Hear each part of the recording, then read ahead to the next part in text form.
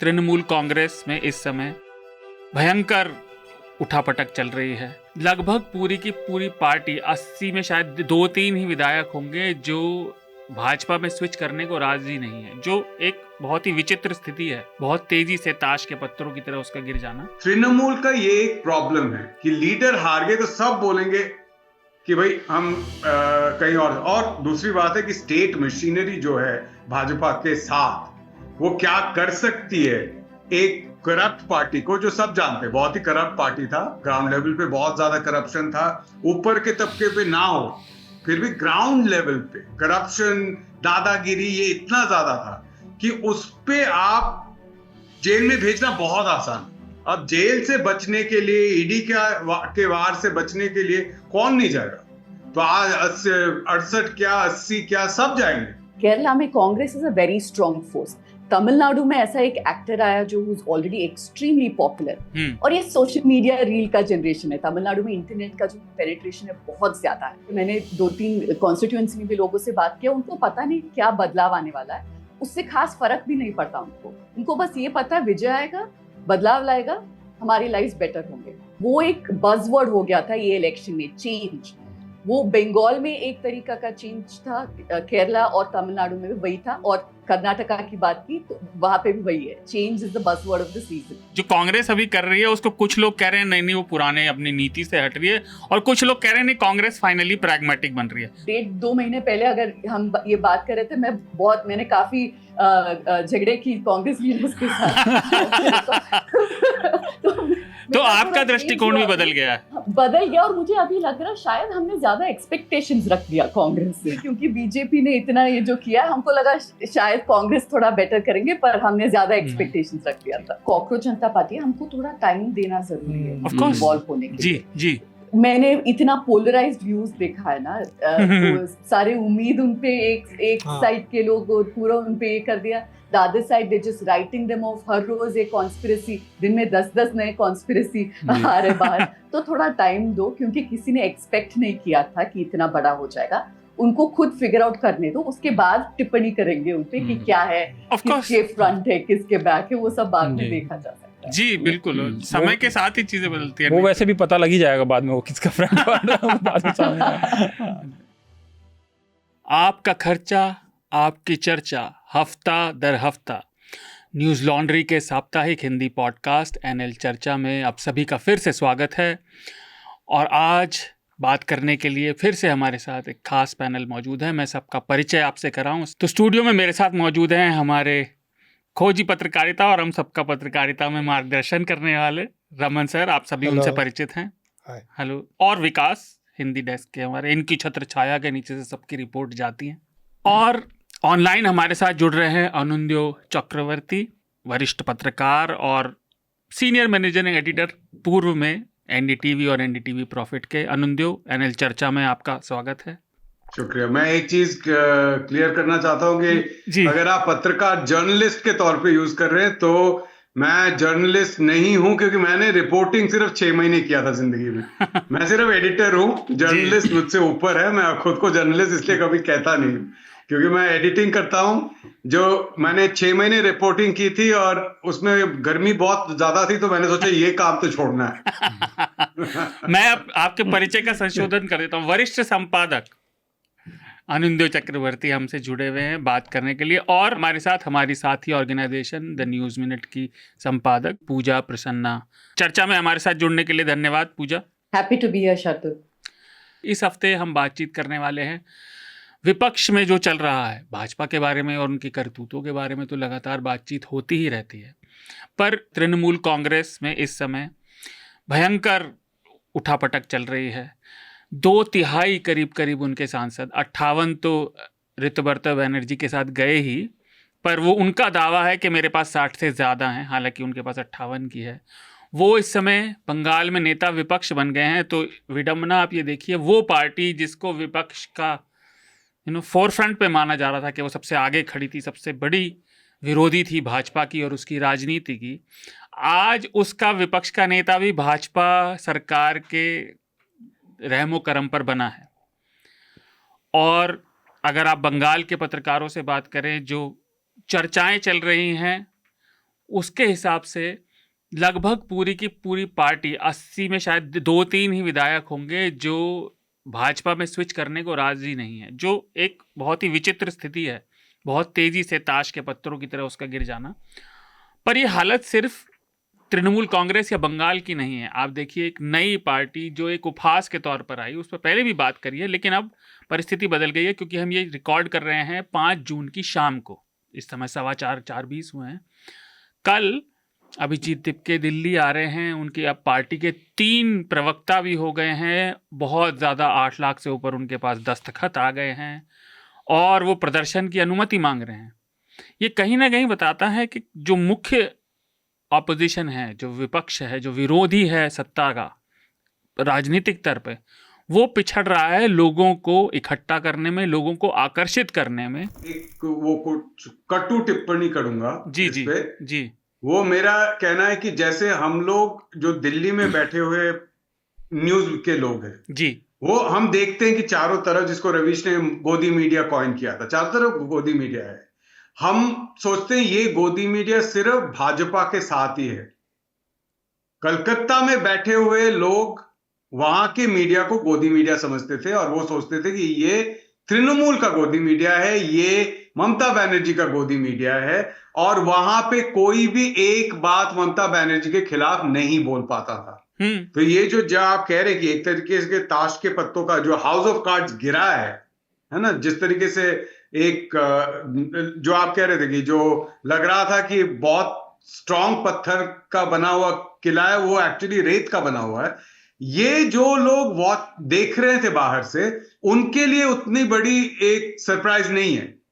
जैसे मैं दिल्ली में बड़ा हुआ, दिल्ली में पैदा हुआ, मुझे पश्चिम बंगाल के बारे में उतना पता नहीं है, लेकिन हाँ मेरे रिलेटिव्स रहते हैं, मेरे बहुत सारे जान पहचान के लोग हैं जो उसको पश्चिम बंगाल को उन्होंने एक तरीके से स्टडी किया जी। मेरे कजिन हैं, उन्होंने एक टर्म कॉइन किया था जो बहुत अभी पॉपुलर हो गया, पार्टी सोसाइटी बोल के। वो पार्टी सोसाइटी उन्होंने कॉइन किया और वो बहुत पॉपुलर हो गया। अब आप देखिए कि तृणमूल कांग्रेस एक सिंगल लीडर पार्टी था, जबकि सीपीआईएम या लेफ्ट में लीडरशिप उतना बड़ा बात नहीं था। हाँ ठीक है, ज्योति बासु थे, उसके बाद बुद्धदेव, लेकिन ये नहीं कि उनके बाद क्या, ऐसा कोई बात नहीं था ना।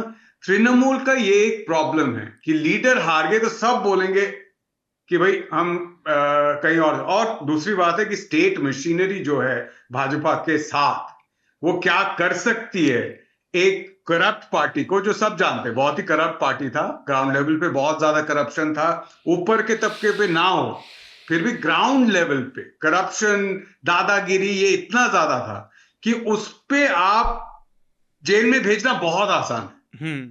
अब जेल से बचने के लिए, ईडी के वार से बचने के लिए कौन नहीं जाएगा?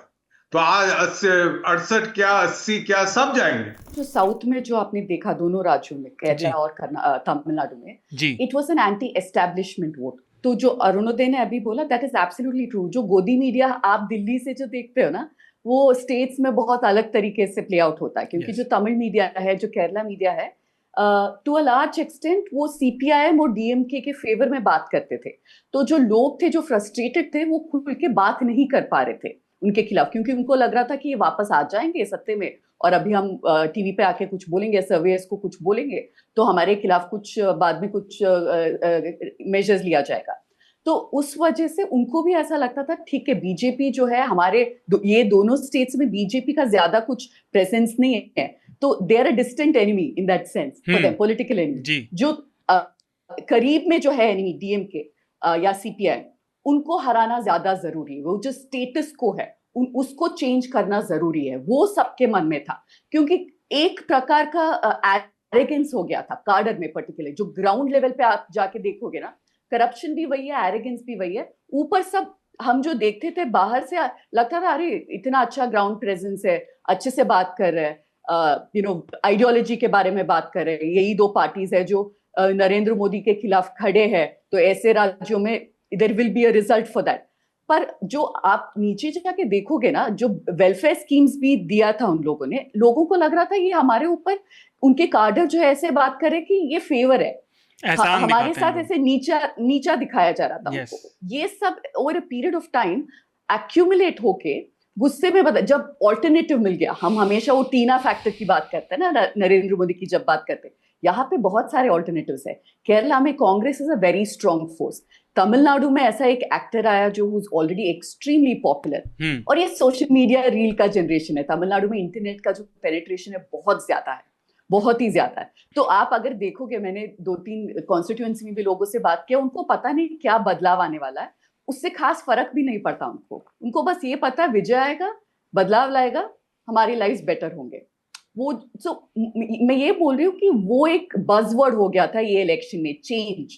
वो बंगाल में एक तरीका का चेंज था, केरला और तमिलनाडु में भी वही था, और कर्नाटका की बात की तो वहां पे भी वही है। Change is the buzzword of the season. Cockroach Janata party जो डेवलप हो रहा है, सीजेपी जो डेवलप हो रहा है, वो एक ट्रेंड डेवलप हो रहा है। इसको लिंक करना जो स्टेट में हुआ, जो पार्टीज चेंज हुई हैं, जैसे बंगाल में बीजेपी की विक्ट्री, मैं वो मतलब कि ओवरऑल ट्रेंड मेरे को नहीं दिख रहा अभी जी। हो सकता है कि आगे दिखे, लेकिन अभी नहीं दिखता, मुझे कोई लिंक नहीं दिखता।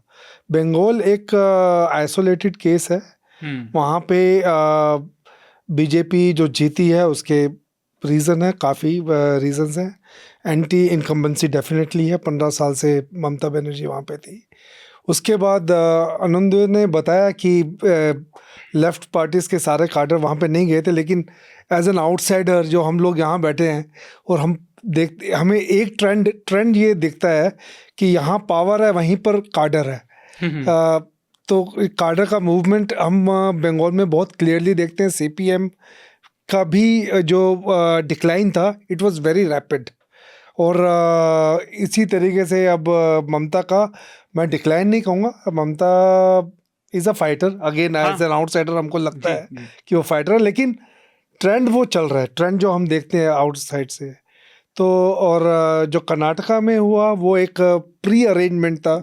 जब कांग्रेस जीती थी तो again Pooja, correct me if I am wrong, लेकिन हम लोग तो दिल्ली में थे, तो हम जो भी खबरें हमने पढ़ी तो उसमें पार्टी ने बहुत क्लियरली कहा था कि 2.5 साल तक, 2.5 साल का होना, 2.5 साल का होना था। रमैया, तो मैं उसको उस ढंग से देख रहा हूँ। जी। कोलकाता वाला जो पूरा एपिसोड है, उसको मुझे लग रहा है कि उसमें एक चीज़ है जो, जैसे हमने पहले भी एग्जांपल देखा था महाराष्ट्र में कैसे हुआ, शिवसेना वाला, पर ये थोड़ा सा अलग है उससे। वहाँ सत्ता की चाह थी, वहाँ जो है एकनाथ शिंदे सीएम बनना चाहते थे। यहाँ कैसे बनेंगे सीएम, कैसे बनेंगे? बीजेपी का ऑलरेडी सीएम है, बीजेपी ऑलरेडी सत्ता में है, बीजेपी के पास भी कोई वजह नहीं है।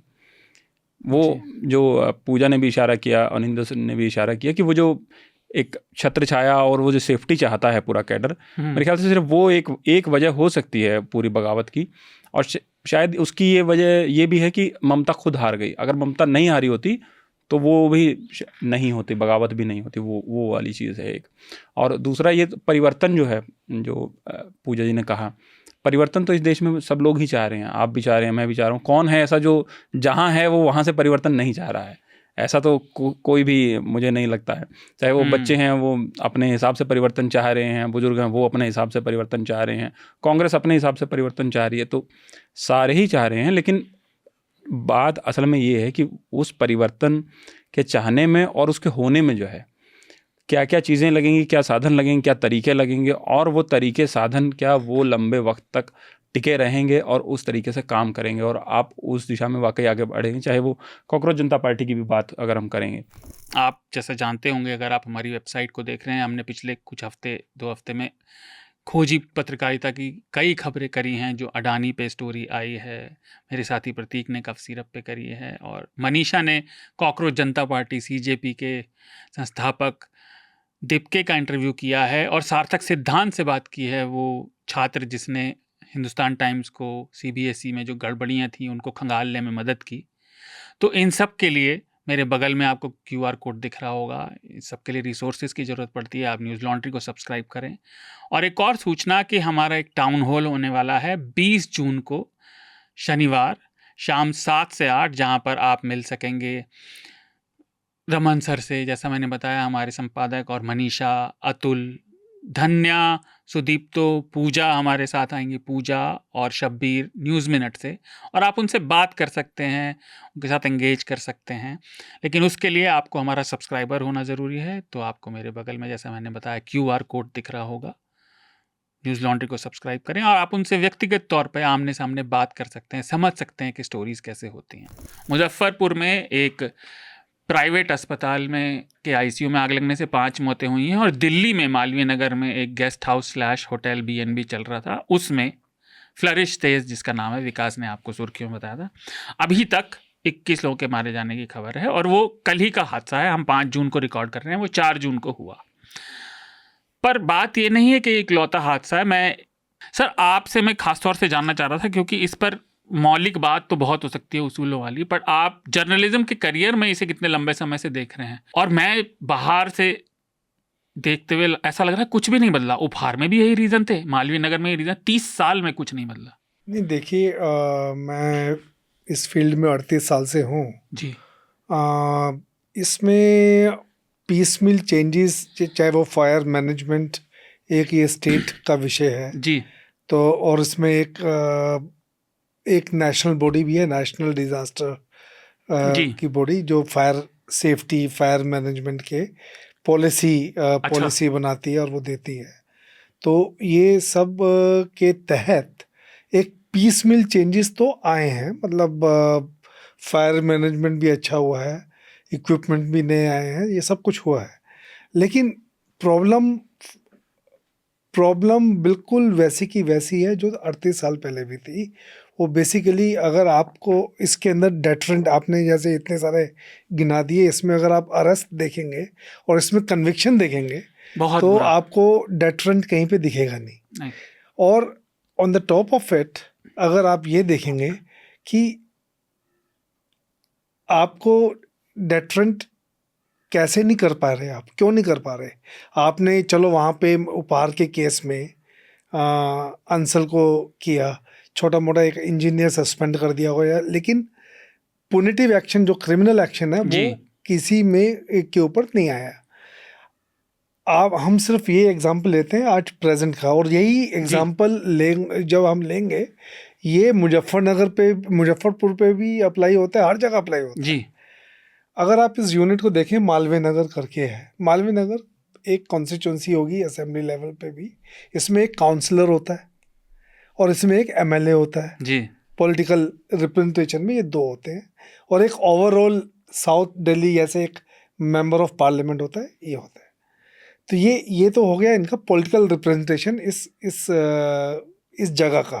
फिर उसके बाद म्यूनिसिपल कॉरपोरेशन ऑफ दिल्ली आती है, उसका एक अपना पूरा का पूरा चेन है, इंजीनियर इन चीफ से शुरू होता है, और उसके बाद नीचे काउंसलर, तो मैंने पहले बता दी, काउंसलर, MLA और MP, जो आमतौर पे होता है MP, ये 3 लोग हैं। आप काउंसलर और MLA तो डायरेक्टली डील करते हैं पॉलिटिकल लेवल पे, हाँ। और उसके बाद आ गया वहाँ का local junior engineer in chief होता है, बैठा हुआ MCD में, इंजीनियर इन चीफ कहते थे हमारे ज़माने में, अब पता नहीं उसको क्या कहते हैं। उसके बाद एग्जीक्यूटिव इंजीनियर्स होते हैं 6, 7, 8। उसके बाद आपका DDA, Delhi development of authority, जो लैंड क्लियरेंस वगैरह देता है जी। उसके बाद आपकी हमारे टाइम पे दिल्ली इलेक्ट्रिक, डेसू कहते थे उसको, दिल्ली इलेक्ट्रिक, अभी भी पता नहीं डेसू कहते हैं क्या कहते हैं, अब तो अलग अलग ऐसे। हाँ, तो उनका काम है इलेक्ट्रिसिटी जो प्रोवाइड करना, तो उसमें सेफ्टी रीजंस देखना MCD का भी काम है। इसमें PWD सब डिपार्टमेंट्स आते हैं, और कोई भी चीज़ आपको शुरुआत करनी है, हाँ, आग किससे लग सकती है? आपके किचन से लग सकती है, आपके इस केस में शॉर्ट सर्किट का जो कह रहे हैं। और तो शॉर्ट सर्किट माने क्या? तो बिजली जब वहाँ पे लगी तो उसका कॉमर्शियल यूज होने वाला है, जो वहाँ की जो वायर है वो इतना लोड ले सकती है कि नहीं ले सकती है। तो इसकी, अच्छा बाय द वे, ये एक तो शुरू का क्लियरेंस चाहिए, उसके बाद पीरियोडिक क्लियरेंसेस होते हैं इनके, और फायर सेफ्टी का भी एक होता है कि आपके पास आपके कितने एग्जिट बने हैं, कितने गेट्स हैं आपके, और आपको ये पूरा एक इसका एक पूरा का पूरा सिस्टम है। उस सिस्टम को अगर फॉलो करें तो ये घटनाएं नहीं हो सकती। तो ऑब्वियसली ये जो चेन है, जब तक आप इस चेन को डेटर नहीं करोगे कुछ नहीं होने वाला। जब तक आप एक काउंसलर का फोटो नहीं लगाओगे यहाँ पे, और यहाँ पे जब तक आप के जूनियर इंजीनियर जो भी रिस्पॉन्सिबल हैं उस होटल को क्लियरेंस देने में, जब तक उनका फोटो लग के उनको क्रिमिनल केसेस उनके अगेंस्ट नहीं बनाए जाएंगे, कुछ नहीं हो सकता। मुफ्त में बस इतना ही। अगर आप पूरी चर्चा सुनना चाहते हैं तो न्यूज़ लॉन्ड्री को सब्सक्राइब कीजिए, और सबसे बेहतर तरीका यह है कि आप हमारे ऐप पर इस पॉडकास्ट को सुनें, और तमाम हमारे जो पॉडकास्ट हैं उसको हमारे ऐप पर सुनें। यह गूगल प्ले स्टोर और एप्पल स्टोर पर सब जगह उपलब्ध है। न्यूज़ लॉन्ड्री किसी भी तरह का विज्ञापन नहीं लेता, ना किसी राजनीतिक दल का, ना किसी सरकार का, ना किसी कॉरपोरेशन का। हम सिर्फ और सिर्फ कोशिश करते हैं कि पब्लिक इंटरेस्ट का जर्नलिज्म करें, पब्लिक जनहित की पत्रकारिता करें, और इसके लिए लोग इसमें इन्वेस्ट करें, लोग पत्रकारिता में निवेश करें। उसका तरीका है सब्सक्रिप्शन। तो सब्सक्रिप्शन के हमारे टैग पर जाइए, वहाँ पर अपनी मनचाही रकम पे कीजिए और न्यूज़ लॉन्ड्री का सब्सक्रिप्शन लीजिए, और गर्व से कहिए, मेरे खर्च पर आज़ाद हैं खबरें।